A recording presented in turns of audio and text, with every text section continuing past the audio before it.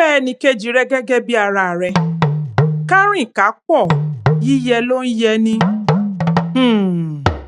Àṣàmọ̀ ọ̀rọ̀ tó mọ́gbọ́n dání láti ọjọ́ pípẹ́ ni. Síbẹ̀ ọmọ adarí hunrun lágídí àti ìmọ̀tara ẹni nìkan. Wọ́n sì ti sọ àǹfààní gidi nù tẹ̀lé. Rìkíṣí, ọ̀tẹ̀, tẹ̀m̀bẹ̀lẹ̀kun, ìjà ìlara àti ogun lọ́kan òjọ̀kan. Bí a bá wá ṣe àfikún ọ̀rọ̀ àyípadà ojú ọjọ́, bí ìgbà tí a ṣáná sí ẹ̀tù ni. Ikú lórí ìyàngbẹ ilẹ̀ sáéré àti ìjì lórí òkun.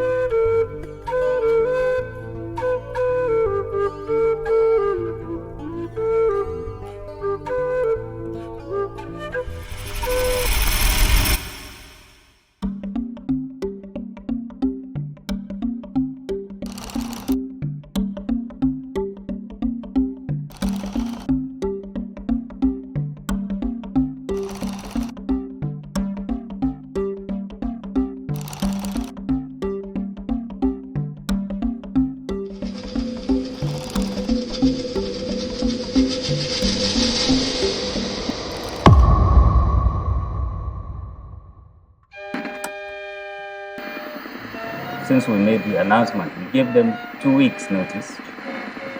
We asked them to leave within 2 weeks.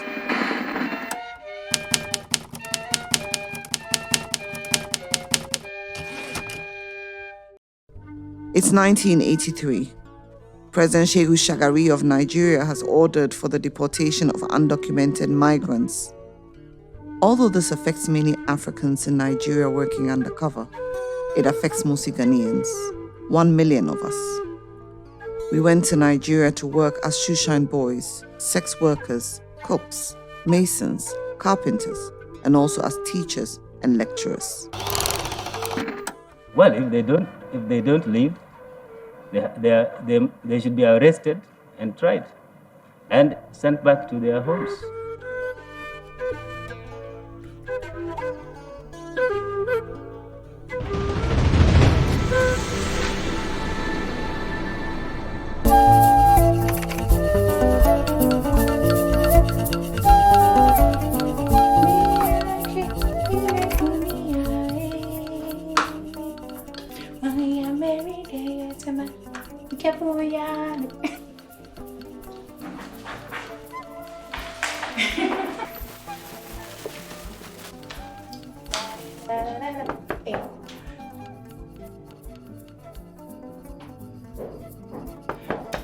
Oh, yes!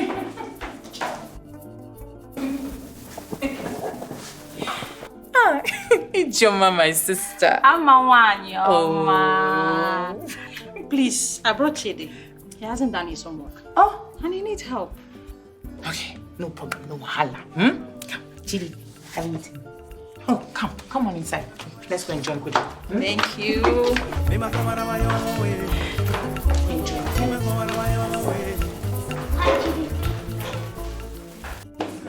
Chidi, how are you? Relax, take off your bag, eh? My dear Amma, thank you so much. Oh. You and your husband have been so helpful to me. Oh, Thank you. Please, can I leave him? If I don't hurry, I'll miss my bus. Oh, sure. No problem. What's our sisters for? Oh. Anyway, when they finish eating, Kweju can help him with his homework. And then Akwesi will drop them off. That's very thoughtful of you. Thank you so much. Ladies! Oh, So, our husband. hey, The Joma. Odogu himself. Eh? You see, whenever I call your husband Odogu, you don't know the meaning. He's a complete definition of Odogu. Come on. And Odogu is a man that knows how to take care of his family. Thank you. You're welcome. I brought your son. He hasn't done his homework. Oh, don't worry. He's in good hands. Yes. All right. Thank you. Yes. Thank you. Status. Oh, gonna don't know. Oh, gonna never. Love one ting. You see, I'm jealous you and your husband.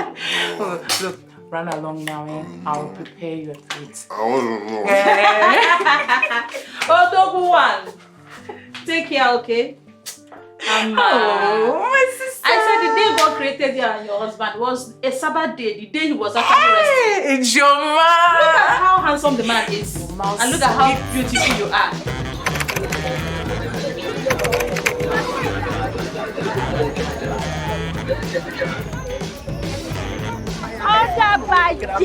Look at it. I have that they do Joe. What do you do? I'm so Mama.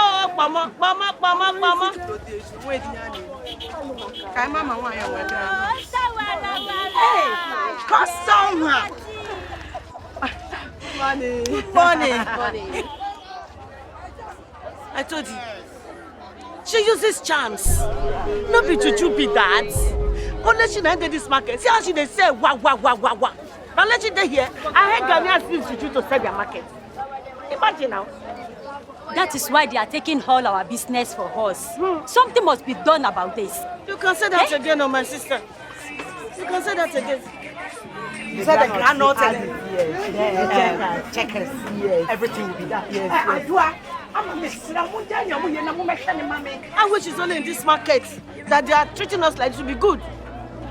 If you got my Peking school for a lorry, all the teachers were there are Ghanaians. Yes. That is why we have a government. Which government? Usumi. And then why you need to not cheap. And don't let me mad only be like this. Yeah, na batachaya. Why here na di cheap no. And don't be nice woman. Hey, my sister. How now market? Market fine. I don't know. Yes. Market is good.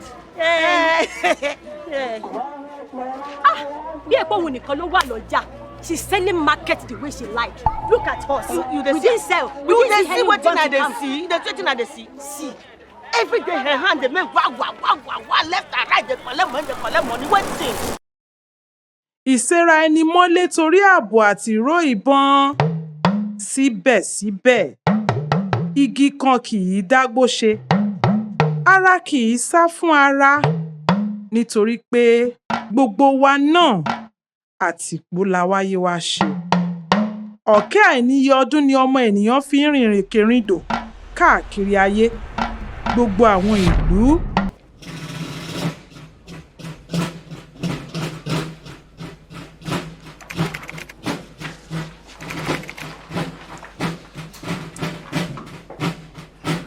We have to be very careful the way we handle this, so there is no blowback.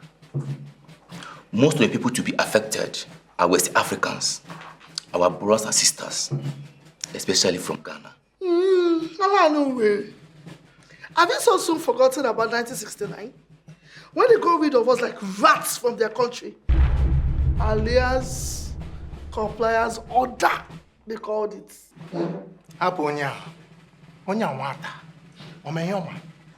He was still little when things were happening. You are even talking about 69.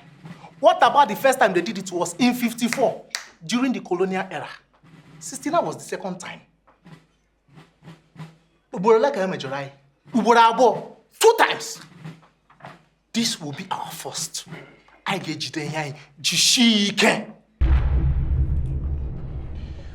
Well, first and foremost, Nigeria is our #1 priority. We have to secure Nigeria first before we think of any other person, any other country. Otto! You see all this woto, hey, what are they doing? Now for our own pocket too. Now wahala be that. Because the president himself, he don't take his own decision. Well, our own job here, now to make sure, say, all the rules and regulations where they put for granted, we make everybody to obey it and abide by it. And make sure say security tight for everywhere. Make every side everybody hold your own side for security. Then we leave the rest for the presidency to take care of the PR and diplomatic fallout.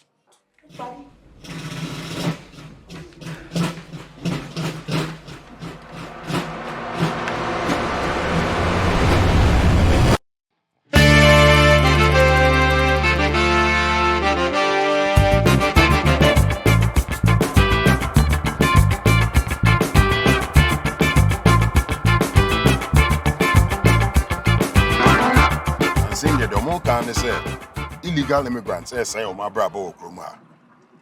Yatiabre. We have heard this so many times. Yet we keep the economy running. If it has not been us, Naka, our economy saying, if it has not been people like you, who will teach their children? Then our economy nejina I'm saying them yes sure. Nyame mwasa. Eni ayo mo de hwen Okroma no. It has always been like that, my brother. Eya hoya. Ahoya keke. Skin pain. They are only envious of we the foreigners who are working harder than them. That's all. Okay, election campaigns, all the political parties promised to expel illegal immigrants when voted into power. Shagari was the keenest among them, and now he is president.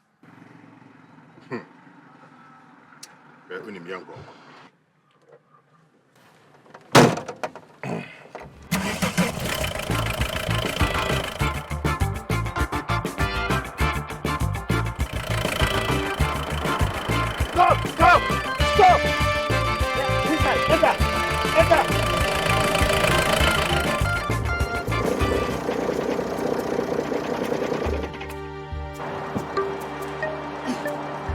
Papers, because he What the papers?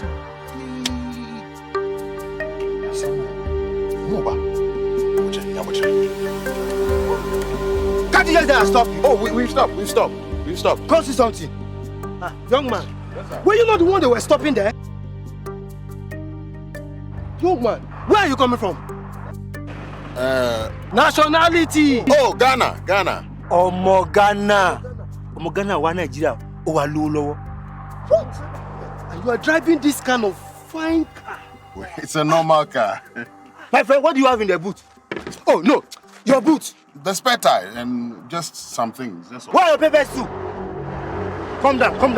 Oh, our papers, we have papers. My friend, calm down. Calm down. I said get up from the car. My brothers, be patient. I said calm down. Come up from the car. My brother. Who are your brothers?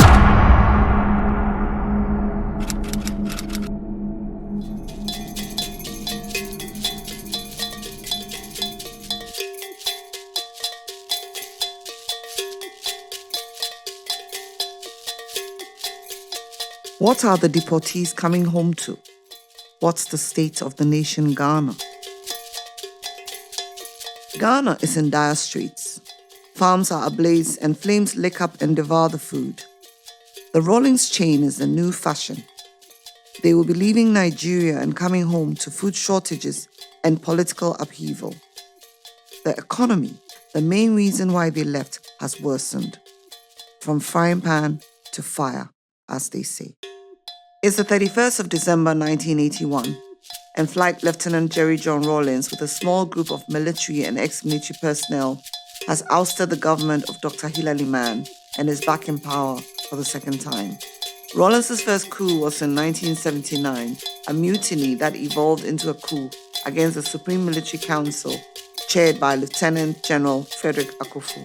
Between 1981 and 1983, a few counter-coup attempts have happened, and as a result of the unease that has settled on the country, the Ghana-Togo border has been closed to prevent insurgents from entering Ghana. The timing is terrible, as most people can only come back home by land, the same route they used to arrive in Nigeria with hopes for a better future. They left in droves from their villages or towns using buses. Most of the young left surreptitiously. In the wee hours of the morning, they crept out of their homes. Their parents woke up and called out to children who were gone. Villages were emptied of their young ones, and there was no one to dig the graves when the old people passed away. Now they return, driven like herds of cattle in a stampede. On November 8, 1969, Dr. K. Ebuzia, the then Prime Minister of the Republic of Ghana, issued the Aliens Compliance Order. The order required all irregular migrants in Ghana to be in possession of a residence permit if they did not already have one, or to obtain one within 2 weeks. But since granting of permits on such a scale and within such a short space of time was impossible, over 100,000 irregular migrants were expelled. The majority of these were traders, mostly Yoruba, from Nigeria, to which country they returned. Fast forward, January 1983 comes around, and the Shehu Shagari government of Nigeria issued an executive order forcing irregular migrants to leave the country or face arrest. Approximately 1 million Ghanaians were deported as a result of this.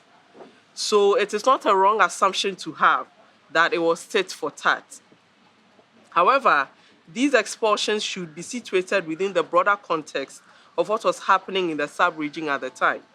There were expulsions happening in other African countries as well during this period.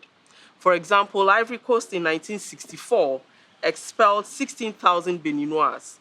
Also in 1967, Senegal expelled a sizable number of Ghanaians for entering the country illegally. Furthermore, in 1978, Gabon expelled Beninois nationals in retaliation for their condemnation of Gabon at an OAU meeting. OAU is now the AU. Though we can argue that it was tit for tat, as these examples show, expulsion was commonplace in Africa during this era. Nigeria had oil. Jobs were available for both skilled and unskilled workers.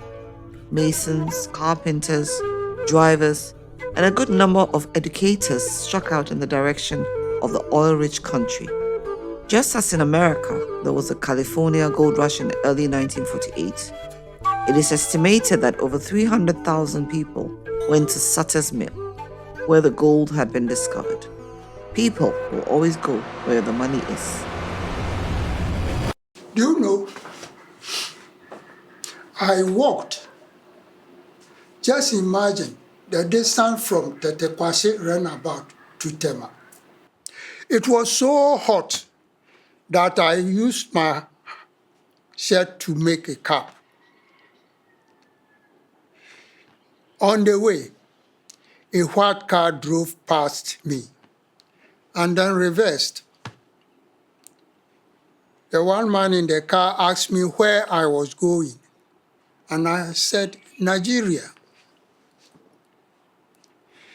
The two men in the car were also heading there. One man in the front moved, and I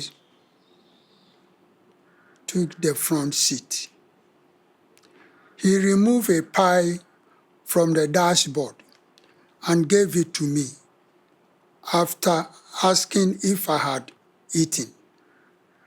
I finished it off in seconds. We talked some more on the way. He wanted to know who I was and where I was going. I said, a Ghanaian going to Nigeria. But I think that we love to travel. We love to travel and see, as they say, right? So there's a sort of innate desire to move already. But there's also the fact of the economic circumstances of the times. So Ghana, I mean, we are the black stars of the continent, right? 1957, everything is great. The first decade, great. By the time we hit the 70s, things begin to not look so good. Ghana's economy is in doldrums. Nigeria, on the other hand, has an oil boom. Things are thriving in that part of the world. Now, Nigeria was an important economy in Africa in the 1970s, as a result of the increase in petrol prices and the fact that Nigeria was and still is a major oil-producing country, it attracted, again back to migration, a number of people from across West Africa, the rest of Africa, and different parts of the world. Now, this was a time where a number of capital projects were being put up by the Nigerian states, and many Ghanaians were in Nigeria working in different sectors of the economy, a lot of them in the educational sector. So this was a time of economic boom. And so Ghanaians began to move for economic purposes. And in fact, both those who were well-educated and those who were not so well-educated moved.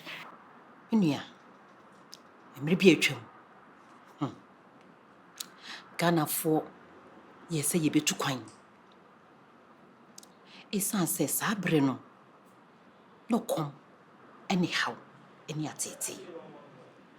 Ti Ghana for mba bebre yes, you be kwalata mem. Eya gege.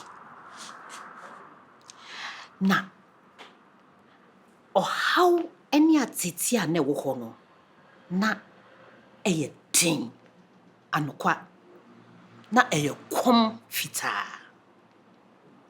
aduane ebedi no na ebi ni ho sabre provisions niema ye friend essential commodity ukonye bi wahin gari anase asichiri unye bi ene wato na mpo so obenya bi a ye delay ubetimi delay no so a kakrama na duru so no unye bi me yesa me kosra me nua baako me kwa na me hu sa sojafo e bodonkomi sabre na donkomi e wo ho enti me kodi wo mo line so bi isanse ne komode me delay so a me nya bi anto kire se me nya tuane ni bi anto na sabre a me ken na dokono ya yedi ye bodokono na ye de chance kosi ho gene saa sabre ebro na kra me ka no na ye yellow corn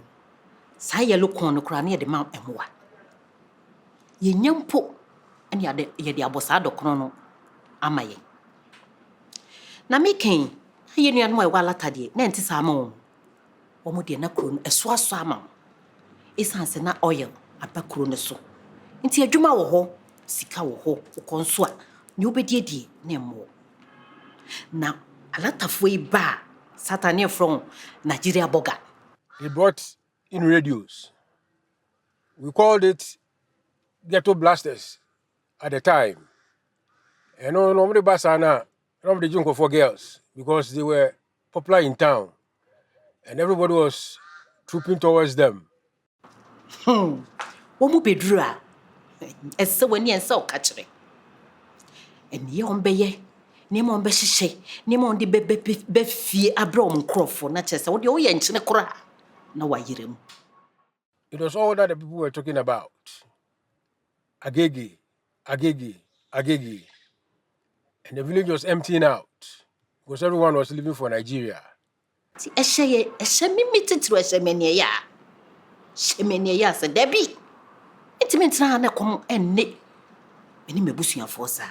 You see, in the African past, it is very common for an entire settlement to move from where it is living to another place. One, because of the search for opportunities, or because the rulers of that polity are seen to be autocratic, are seen to, for example, impose taxation without any form of responsibilities to ordinary people.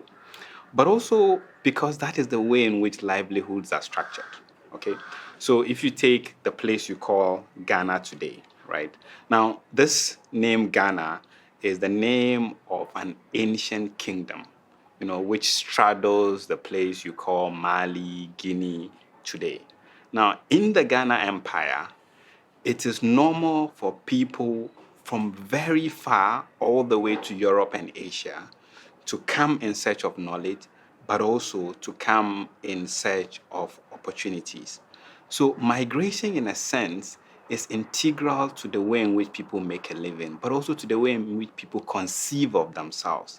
Such that in certain societies, it is almost an expectation that by the time you reach the age of majority, meaning adulthood, you are expected to have left your place of usual residence and come back.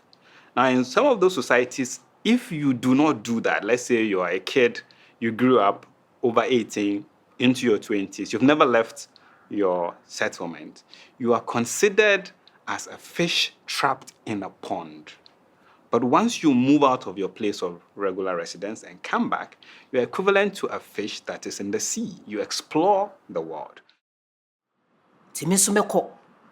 Na ne wa lata ho no misu makope biaba. Na misu de abebo me bra. Na meko ne sen. Bikita kwala kitwa. E de meja kwale ho na mako. E di mpu na meka akira me maame ansa na meja kwale ho. Timi fa adwen bi.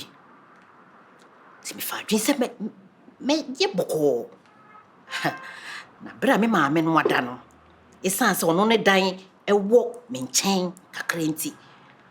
Me de da me bei na me ye boko. Na me fifi. Wala ketwa ti say. Esan hia ne komunti. Se me ja me bei wo. In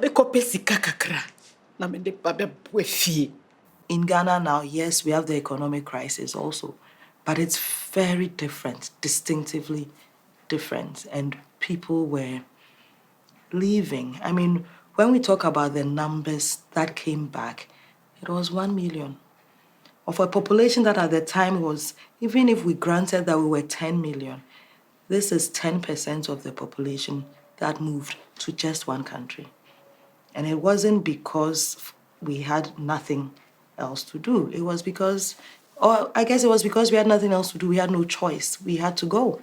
Otherwise, you couldn't feed your family. You didn't see a sense of purpose. I mean, in Ghana now, the equivalent is tujakpa, right? Which is a Nigerian word. I'm not sure if it's Yoruba or Igbo, but there's definitely a recognition that you for left Ghana, as the young people are saying. And I think that was the kind of context we're talking about in 1983. Perhaps it felt even more stark as a reality for people. Kodura lata mem ko bo bra kakra. Emuhwa brabe ye yana. Mampeni owoso. Sabre ni e friend is Shew Shagari. Ode munko bai. Say yenko ye kurom. Now, what often happens is that migrants happen to be easy scapegoats of states and segments of society that are trying to look for people to blame in moments of crisis. So in the context of this bus, the Nigerian state identified Ghanaians, but also migrants from the rest of Africa, mainly from West Africa, as the source of the economic crisis. Now, it's important to just go back again in history and remember that in 1969, in Ghana, the same thing happened, right? Where people from West Africa, mainly from Nigeria, were also expelled under the guise of trying to put the economy on the right footing because migrants are supposedly the cause of the crisis in society. As you can imagine, this was an order issued with a very, very limited time for people to leave. We had 2 weeks to leave Nigeria. However, after the announcement, it was dangerous to step out. We had to sneak out to buy food. So I had to dress like a Nigerian so I wouldn't be identified as a Ghanaian. So we had to pick a car to Nigerian harbor, Apapa. We spent some days there. Life was so difficult that we had to battle out for food and other items. Most of our people died. They were dying all over. Ambulances had to come in to carry the dead out of our sight. We struggled to get into the ship. There were so many of us. Some fell into the sea and drowned. It was around 1:30 p.m. when the ship arrived at Apapa and set sails at 8 p.m. I was able to get in by climbing the rope that was attached to the ship. One of my brothers got in first, fought for the ropes, and threw it to us to enable us get on board. Sometimes we saw 6 men on the rope, and when one fell, the rest of them fell into the sea and drowned.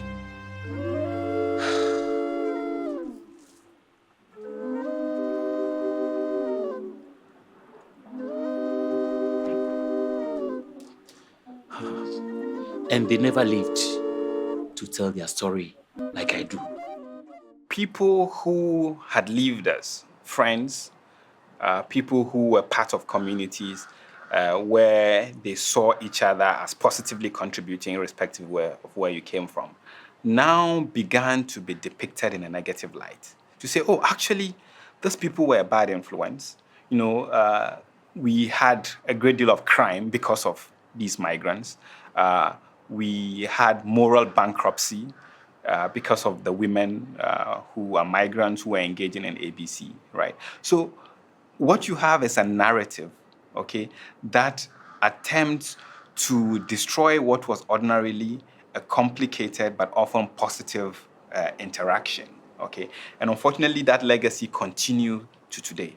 Because the reality is, once you expel immigrants, you're not going to suddenly overturn the crisis in the economy, because it is not the case that immigrants are the cause of economic crisis. So you have to face the reality that you do not have enough resources to take care of your people. There isn't enough public expenditure for education. So it doesn't matter whether immigrants are there or not, right? But then how do you sustain this ruse that you expel people in order to bring the economy back on the footing? So you use narrative. Right, use negative narratives, and these narratives continue to today, right? So the idea that migrants are a problem, the idea that migrants bring crime, they bring diseases, these are narratives that try to hash the reality that actually migration is something that creates human relationships, and that is how societies came to be over time.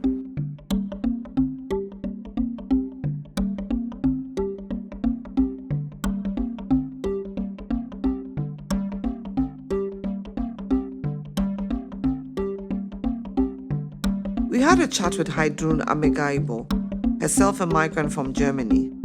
Heidrun came to Ghana over 40 years ago with her husband Pius. She was here in 1983 and remembers the hungry-looking people loaded tight into what became known as the Agege bus. I remember January 1983 very well, because my husband and our 4-year-old daughter and our 3-month-old baby daughter, we just returned to Ghana. It was tough because there was already quite a bit of unrest because of no food, bushfires all around, electricity and water rationing. And then we had like 1 million Ghanaians being deported from Nigeria. And they came in army trucks. To see those people, how angry and hungry they were, it was heartbreaking. Just because, sitting on those army trucks really squeezed in like sardines was not a pleasant sight for me.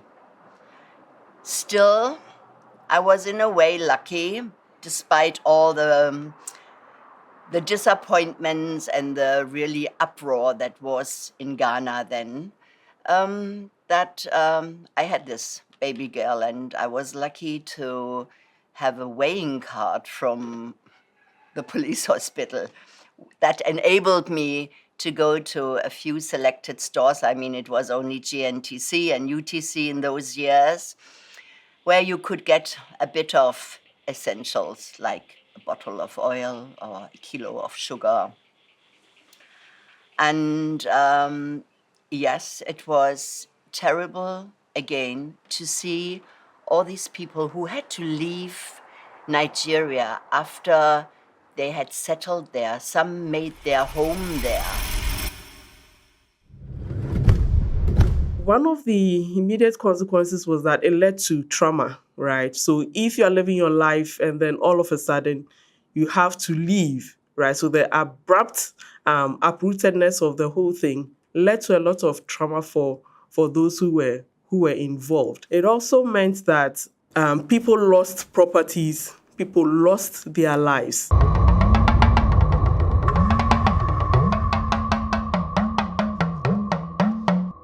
Gbogbo àwọn ìlú, àwọn ìletò títí fi dé orí àwọn ìlú ládéládé àti àwọn agbègbè lóyèlóyè, iṣẹ́ ọwọ́ àwọn àlejò ni. Àyàfi tí a bá fi ìmọ̀ àti òye dí àìmọ̀kànmọ̀kàn wa, tí a bá jáwọ́ nínú àpọ̀n tí kò yọ̀, tí a dẹ́kun àwọn ìwà tí kò yẹ akin ọmọ, tí a ṣe ohun gbogbo pẹ̀lú ọgbọ́n àti ìmọ̀ye. So we have to think about this when we think about the consequences of the expulsion. It has led to some sort of tension between Ghana and Nigeria, and these shows up, it flares up every now and then. So Ghanaians, for example, particularly traders, will be blaming Nigerians for taking up space in their markets and making it difficult for them to sell their wares, vice versa in Nigeria as well. So there is underlying tensions, right, because of the expulsion of Ghanaians from Nigeria. We know what the bag is, right? It's just a big bag that can take a lot of things. And it's not just common in Ghana and then in Nigeria. It's quite ubiquitous on the African continent. In South Africa, it's known as the China bag. And in Botswana, it's known as Zimbabwean. And in Zimbabwe, it's known as Motswana. And I've been told in Congo, it is known as the Abuja bag. Most people are not aware of the significance of the incident itself. All they know is Ghana must go. I remember narrating that story to somebody, and one of my supervisors, and she didn't know that the bag carries so much history. Just thought it was a bag that has been named Ghana must go. And for me, telling the story and we looking at what it has done around the world, I think it's made a whole lot of change. The reason why people traveled was because they wanted to acquire property. If you have 2 weeks, you may have money, but you cannot necessarily acquire the things you want and return to Ghana with it, right? And I think that's part of the whole symbolism of the Ghana must go bag. People didn't have time to get suitcases, to get trunks, to put the things in there nicely, pack properly, right? There was a rush, which the bag symbolizes, and that was traumatic.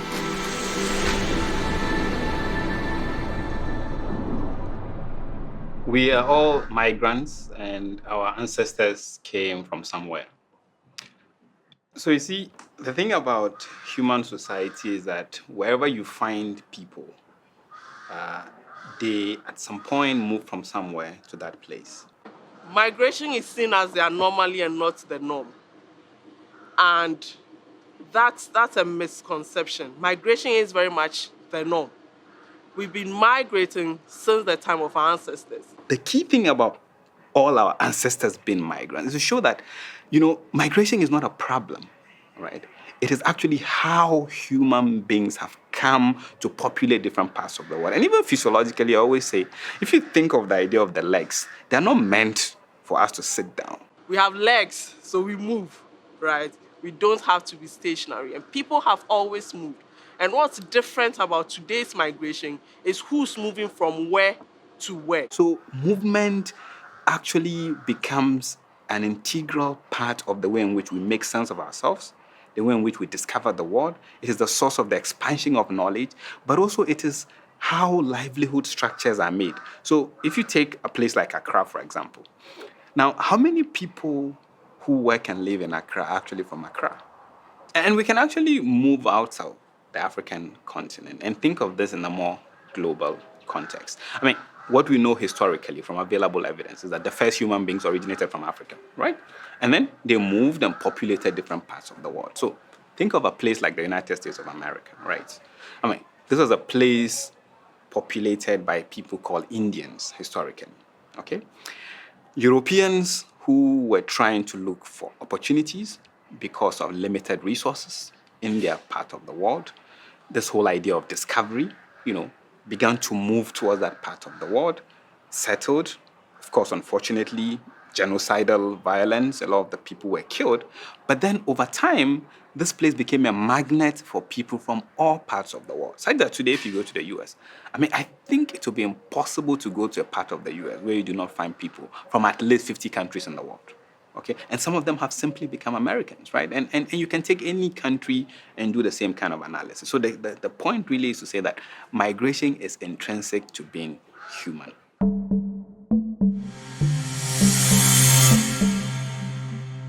Research has shown that migration to host countries has a lot of benefits for the host country or the country of destination. One of the ways in which that can be seen is with regards to the economic benefits migrants bring to these countries. They do a lot of jobs that citizens will not ordinarily do. A lot of them set up businesses, they employ people within these spaces, they pay their taxes, they contribute to the socioeconomic development of the country generally. They are moving as people who add values to those societies. Okay, many of them are highly skilled people, who go and take up responsibilities that those societies would normally not be able to fulfill without their presence. In terms of their sociocultural contribution to these spaces, their influence, that cannot be overemphasized, right? They build the fabric of the societies within which they build themselves, and their influence can be seen in the day-to-day lives of the citizens of the country. I bring to the table a very important intermediary, role in linking up, people from Ghana and Scotland. In the past years, I have connected the University of Glasgow to the University of Ghana. Go to London. The Jamaican influence in London, for example, cannot be overemphasized, right? The Caribbean influence, the African influence in terms of music, the grime music that's played over there. That's because of the contributions of migrants within these spaces. So the benefits are numerous and cannot be enumerated. Migrants actually create jobs. Now, this is very important because the narrative is that migrants take away jobs, they steal jobs. But that is really not true because migrants often work in the informal sector, right? So they tend to create jobs. They see opportunities where locals ordinarily do not see, right? Now, by creating businesses, they open up employment opportunities for locals who are unemployed. And I'll give you an example from South Africa. The major narrative in South Africa from the right-wing anti-immigrant mobilization is that migrants take away jobs. But study after study has shown that many people in townships, these were the urban ghettos that apartheid carved to house black people in order to keep them out of the mainstream of society. Now, many of these township dwellers, are able to feed themselves because of the entrepreneurship of small-scale traders, the majority of whom are from the rest of Africa. And how different is it now from 40 years ago? There's a new term in Ghana now that the young people use. Afojaka, they say. Interestingly, it is a Yoruba word which means literally to run away from a place, to either get away from trouble or to seek greener pastures.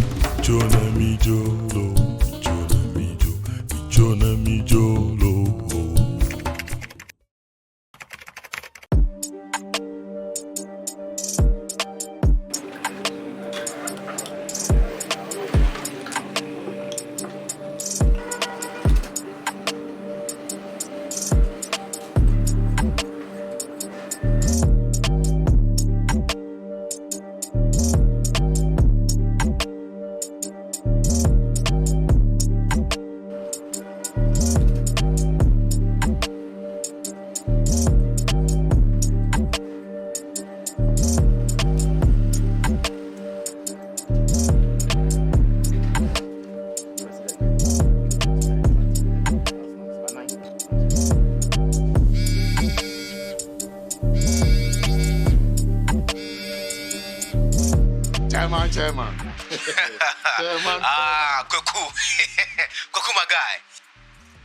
The guy has landed. Really? Yeah, the connection man. Live. I've told him you have the dough. He wants to see you. We are at Mama She's. Oh, I'm on my way.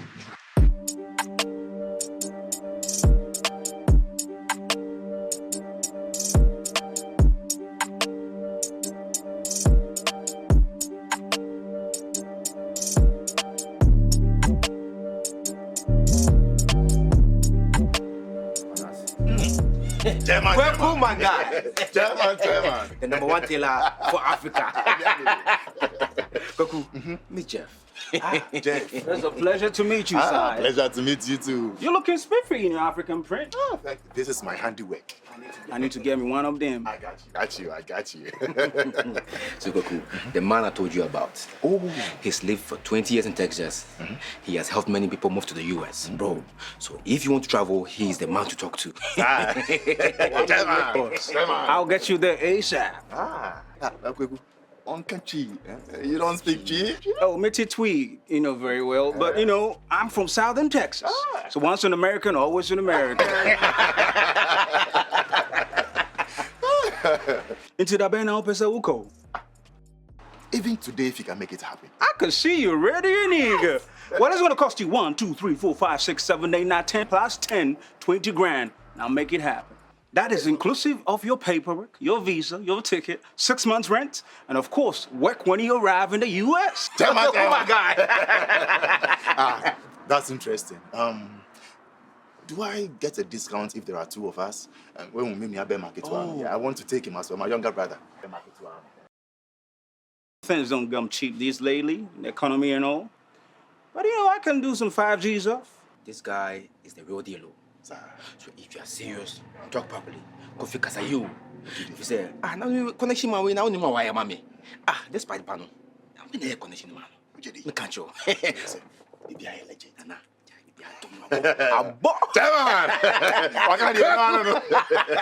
All right. Don't worry. We've been saving for 7 years to make the journey, so it's not a problem. Will you take $32,000 for the two of us? 32 grand? Yeah. I'm gonna make it happen. It's gonna happen today. Woo! I love this. You have the money right here?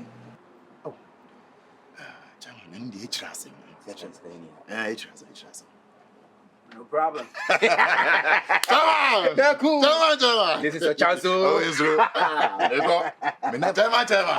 Kokuma man. To America!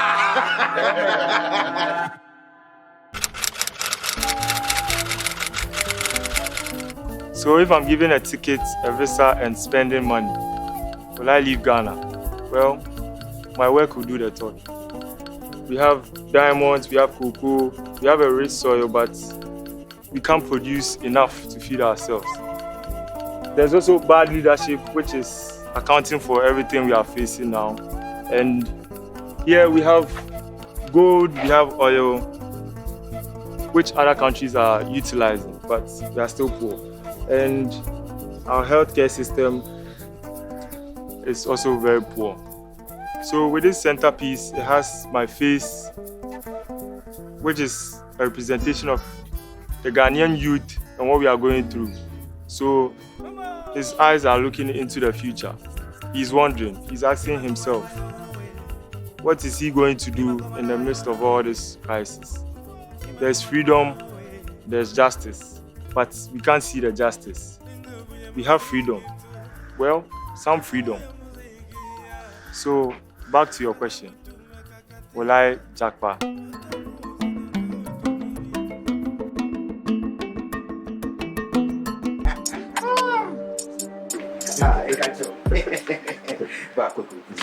Coco, this is your chance. Chairman. Excuse me. Are you opening Kumi's eldest son? Yes. I told me, something got you. Yes, I know you. Oh, yes, I knew you when you were a small boy. Oh. Your father and I are very good friends. I moved out of this area a long time ago, but I have kept in touch with him. Good man. good man. And he's so proud of you. My father likes to talk. Oh, don't we all? Kasa. He did say that you managed to take care of all your younger siblings. Wow, we are you. You saw your younger brother through university, right? And you saw your younger sister through nursing training.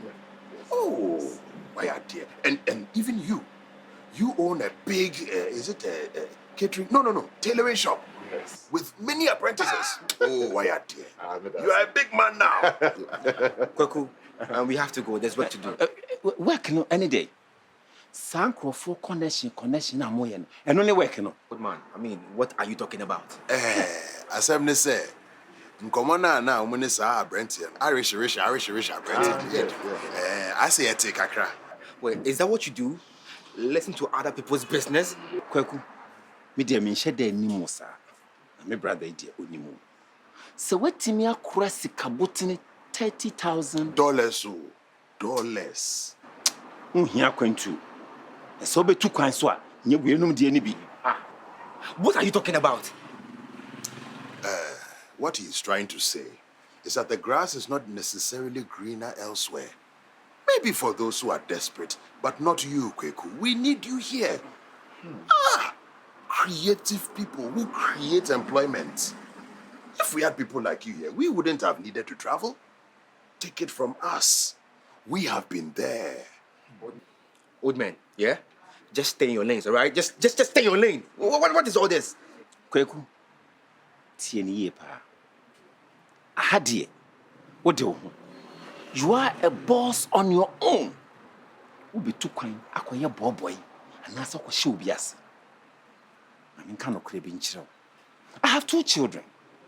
They abandoning their well-done business and traveled out. Today, if they call or if I call them, they find it difficult to tell me what they do. Me jidi ye passe. Eduma mo ye no. Omo ferry. Senye so mo twitwi mponko se a. Na wo prepra gatem. Enu nti na apese otu kwan. Emo fra na omo hye me manase. Today, some have built their companies, others have put up beautiful mansions. My children have nothing to show or talk about. I mean, can't you run a tea in a year? If you. You know, I think we have to go, all right? See, don't listen to these old men. When would you want what's up? When would you cake for you? We ain't going to fear. I catch it. Who could I win a a dear Juba Potty and away. Kwakuti, 45 years ago, I abandoned my father in a 40-acre cocoa land. Now, I'm the Quatina Lata, man. Senkametina Hana, my name is Papa Yaya. Can you say, a brabo review me some wakuni agree? Thankfully, to my friend, Kwesi here, I would have lost my life in the process. Come sure menkwa. Na ifi, sana penifo. Chia! Yeka, Yankee, I will say, ever. Agegi. Alata maimu. Chia kaina odi no. Yeka, Texas Papa B, I will say, agegi. I mean, Coco Person and the green card idea. This guy can stay there forever. Texas. Come on. What you find that? Yeah, you won't put them hanuma, wood chinchin, muya, free one, my hifan, and what you find alcohol. Set to book, penny for say. It's a quattrepasi of a mount to man. A TND. Besides, what to find out? Beku. Adia Okoye. So, Chingwe pa. These savings you have put together, what to me a DBA business for fraud. Wo shop we, what to me a to machines, Emma will shop we a ye kesi. Who to quine akoyeti? Eh? Even if you have to travel, do so the proper way. Eh? You have the money and you qualify. Go to holidays kakra nabra. In fact, find out if you indeed have some good prospects waiting for you there. Don't allow anyone to swindle you. Look, it is true. Traveling for some can be heaven, but for others, it can be worse than hell. Yen ya femuda. Ene wo kasa. Eya tie. Bagu, this man envy you, eh? Which of their children are in America? Akuko ye ko Texas, I will say, Koku. They me catch you the no Jeff for baby bia come mama eh. What I say? TNA fear kana we mudi eh? Let's just go in. America, Texas.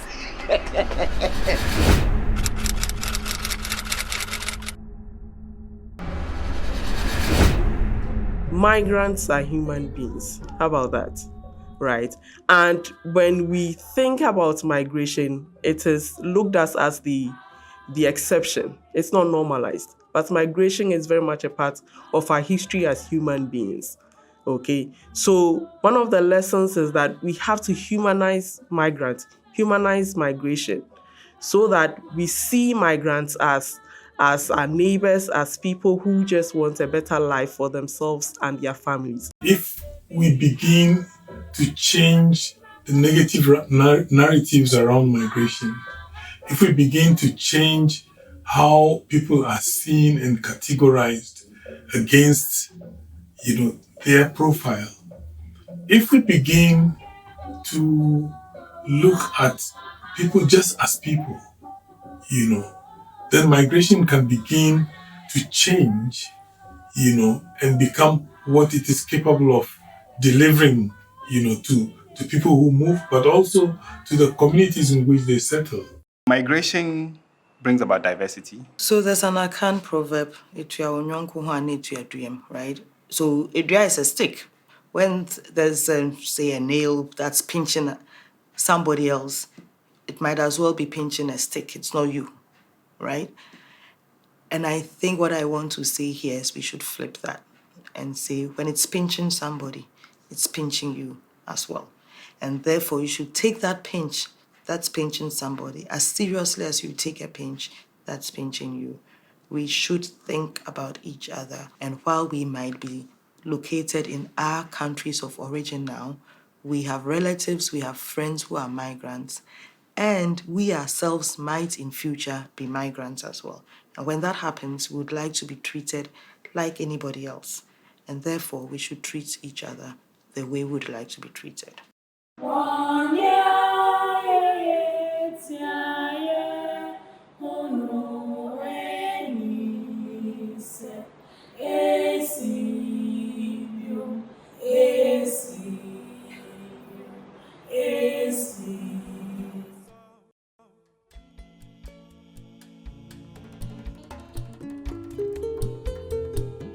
Me manom, me nananom, me nuanom, anyonkofoɔ.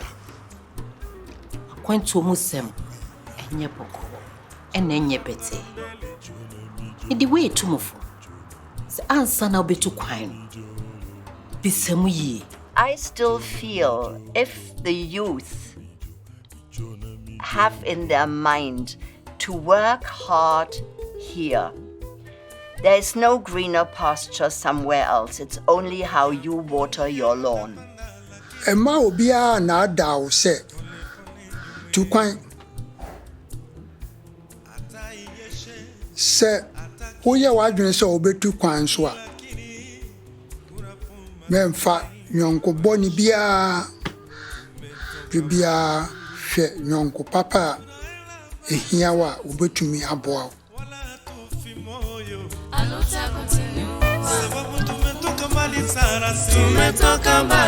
Mienya fie miecho bona. Mate mienya fie miecho goinaro. Nere mienya fie miecho bonari. Mienya fie tutu miecho goina. Micho. Micho mi raison. Micholo. Micho kaba. No, we know where we coming from. So we know where we going to. We know our history. So we are carving our future. The future is bright. Let's rise up and go. The future is bright. Let's rise up and So we are carving our future. future is bright. Let's rise up and go. The future is bright. Let's rise up and go. Twisting and turning, we come out right. Oh, ching, ching, ching.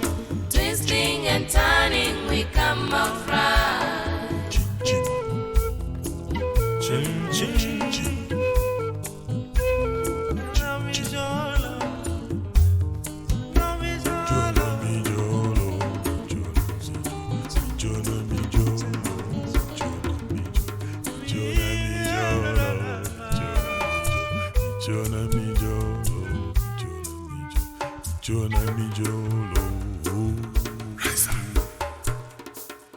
Rise up.